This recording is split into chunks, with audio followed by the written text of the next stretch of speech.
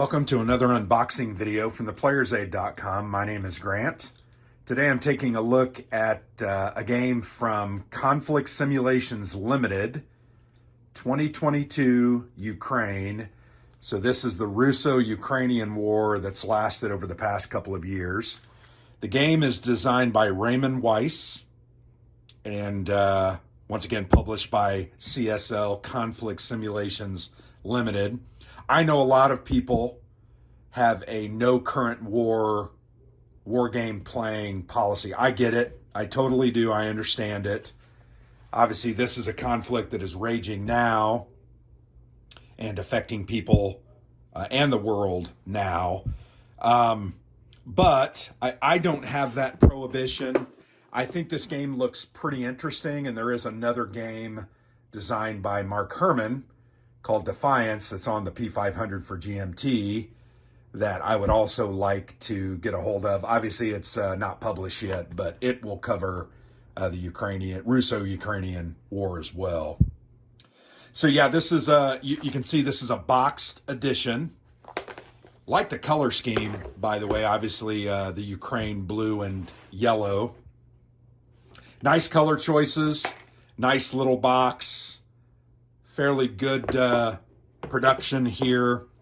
Got this last year and just have never gotten around to unboxing it and obviously playing it. We will get there. It may be a while, but it is a game that I would like to play. So when you open the box, the first thing you're confronted with here is the player's manual or rule book. This says version 1.0. I will say the CSL is pretty good about once they identify errata and issues, they do try to go ahead and correct those and put the new version of the rule books, 1.1 or 1.2, into the games that are purchased later because they do a print on demand model. But anyway, yeah, the rule book, you can see has a nice table of contents here. There are 23 total pages. Here's a look at the very back page. Looks like this is a little bit of a history on, designer notes and history on the war itself. Would love to read that. Once again, designed by Ray Weiss. Series development is Matt Ward. And the box art, map, and counters is by Ilya Kudryashov. And then he lists here his people who contributed ideas and even play tested the game. But basically, you're looking at about 20 pages of rules. There's a look at abbreviation glossary for all the different terminologies used. Great look there at the counters in the rule book. We'll get to those here in just a moment. Really nice thick paper. This rule book is going to really wear well. Looks good. Once again, the yellow and blue theme is carried throughout in the headings and some of the important elements here. But yeah, looks pretty standard for a war game rule book. Pretty big text, so even though it's 21 pages, I don't think it's all that much. Frankly, we'll go ahead and put the rule book. Then we run into here the play aids. There are 2 play aids, which is good. This is a 2-player war game, Hex Encounter. These are double-sided play aids. So you can see on the back here is the terrain effects chart, very helpful. And then also the sequence of play there on the bottom. And then the front side is all of the charts and tables that you're going to need to play the game. Random events table, Western aid table, nuclear event table, and meeting engagement, as well as different applicable combat strength adjustments, surface-to-air missile fire, and then satisfying LP. Not really exactly sure what that is. But yeah, nice little play aids, very thick, clear writing, which is good. There's a baggie, a small bag, not a baggie. I'm going to throw that away because I will punch these out. They do not need to be clipped. They are kind of pre-rounded counters.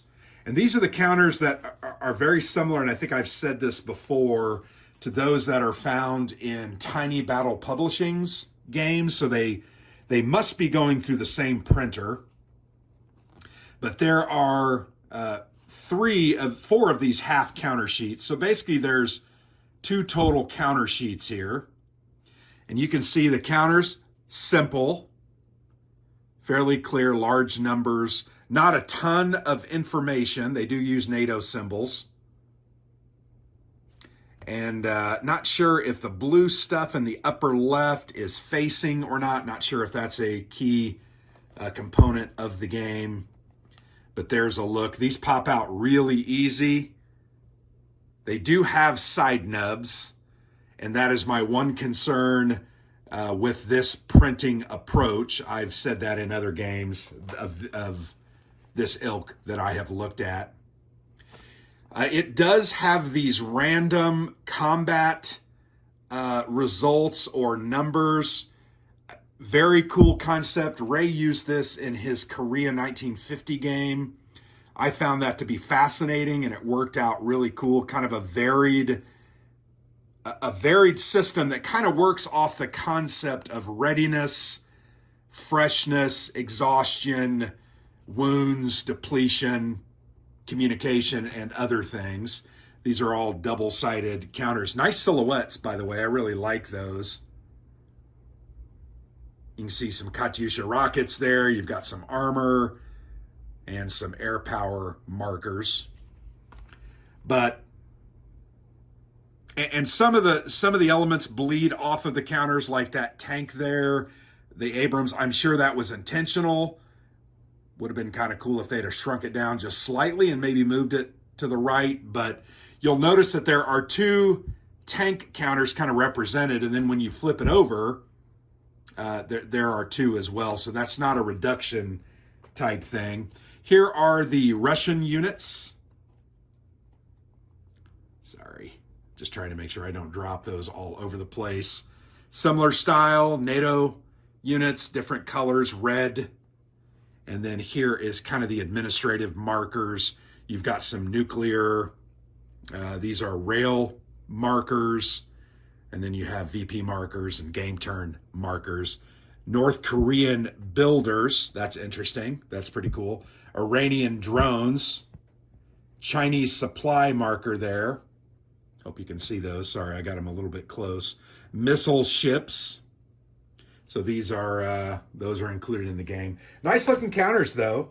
And there, once again, there are 2 full sheets. This one did pop out. I'll kind of show you a close-up of that. Looks really good. It comes with an 8-sided die, green. And then here, let's go ahead and open the board. What is the board's dimensions without really? 22 by 34. So it's a pretty good sized map. Paper map, which in war games, I'm totally okay with that paper map. You can put plexi over them to flatten them out and protect them as you're playing. And they're just a hell of a lot easier to store. But yeah, nice looking board. I'm going to go ahead and raise my camera up just slightly. Sorry for the herky-jerkiness. Move it over to the center, but yeah, you can really see the different terrain elements. There are lighter colors, open hexes. You've got woods, you've got roads clearly marked. Cities and towns identified there. There's the VP track over here on this side, and it looks like it's one of those counterbalance ones.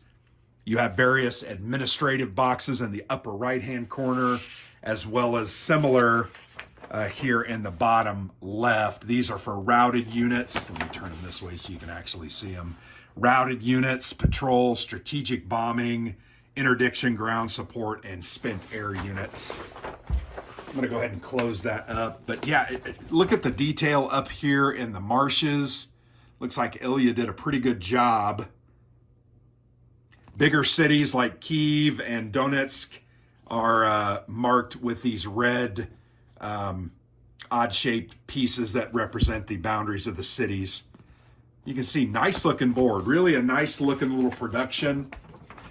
I think this game sold pretty well. I think as war gamers, we're interested in this as a topic, and I think it did sell pretty well. I know I bought a copy as soon as it was really available to purchase because I'm interested, one, in Ray's designs. Ray's a pretty interesting designer, and I mentioned those variable combat strength things. They really make a lot of sense in the layout of the game.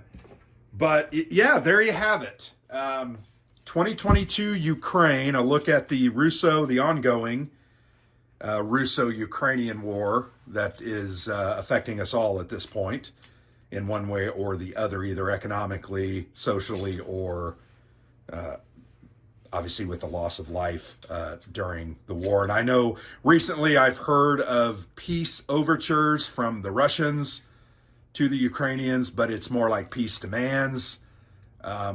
We'll see where that goes and how it carries over. So if you can't tell, this video is made in late June of 2024. You may end up seeing this later this year, but that's the time aspect of when this video was shot. So there you have it. Nice looking game from Conflict Simulations Limited. I'm going to try to read it. I might even do this solo. Might be a good solo game. But I really appreciate you watching. I've been Grant for the Player's Aid.